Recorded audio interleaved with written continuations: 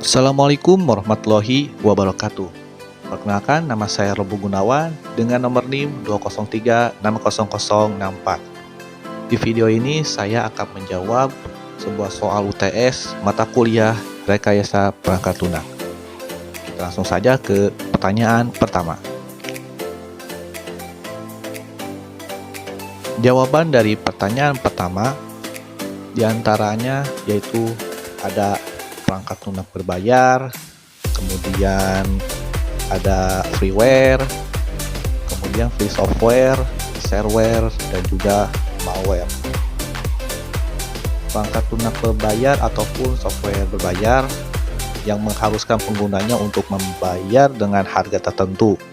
Untuk bisa menggunakan perangkat lunak tersebut, meskipun sudah dibeli, namun lisensi untuk menyebarluaskan tidak diberikan kepada pengguna, karena tindakan tersebut termasuk ilegal.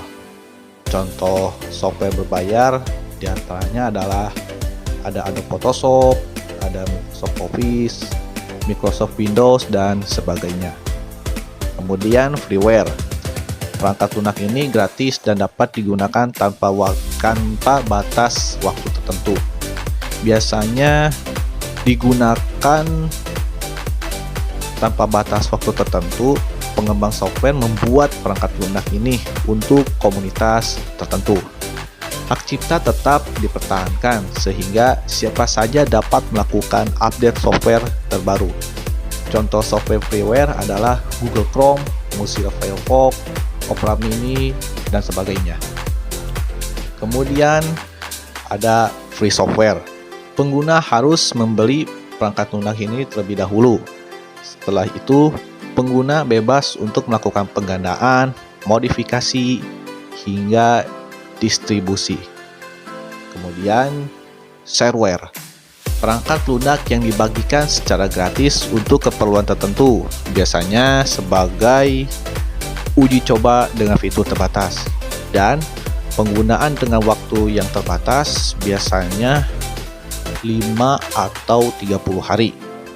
Shareware dibagikan secara gratis untuk memberikan pengguna kesempatan untuk mencoba menggunakan program sebelum membeli lisensi versi lengkap dari perangkat lunak tersebut. Kemudian yang terakhir adalah malware. Perangkat lunak ini dianggap sebagai perusak sehingga bisa berbahaya jika disalahgunakan. Tujuan perangkat lunak ini untuk menyusup bahkan merusak sistem jaringan komputer. Contoh malware adalah spyware, yang artinya perangkat lunak pengintai, kemudian adware, ataupun perangkat lunak untuk iklan yang tidak jujur, kemudian virus komputer dan software lainnya yang dibuat dengan tujuan merugikan. Lanjut ke pertanyaan kedua. Jawaban dari pertanyaan kedua yaitu perencanaan atau planning.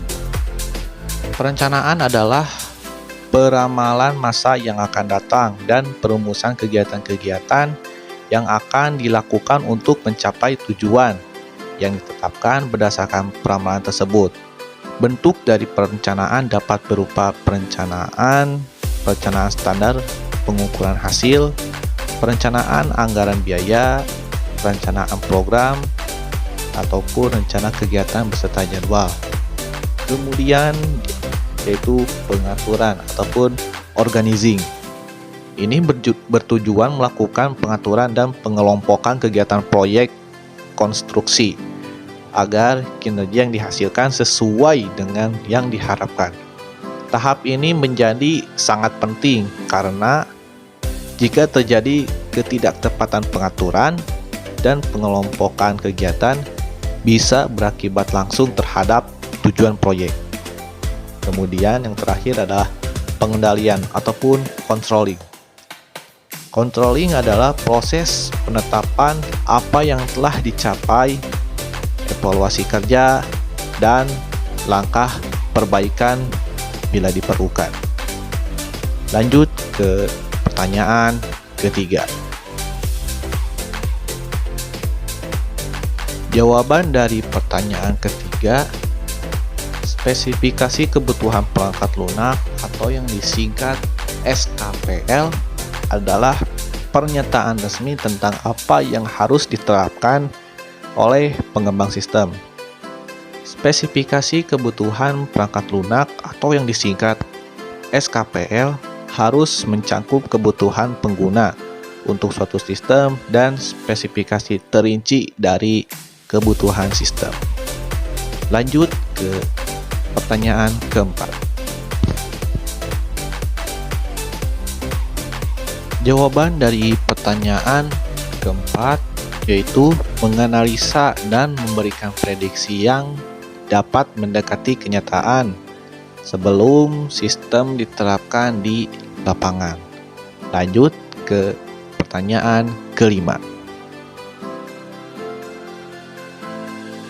Jawaban dari pertanyaan kelima, istilah model dapat diartikan sebagai tampilan grafis, prosedur kerja yang teratur atau sistematis, serta mengandung pemikiran bersifat uraian atau penjelasan. Contohnya, ada model desain pembelajaran ataupun model desain organisasi. Mungkin segitu saja dari saya. Mohon maaf apabila ada kekurangan ataupun salah kata. Billahi taufiq wal hidayah. Assalamualaikum warahmatullahi wabarakatuh.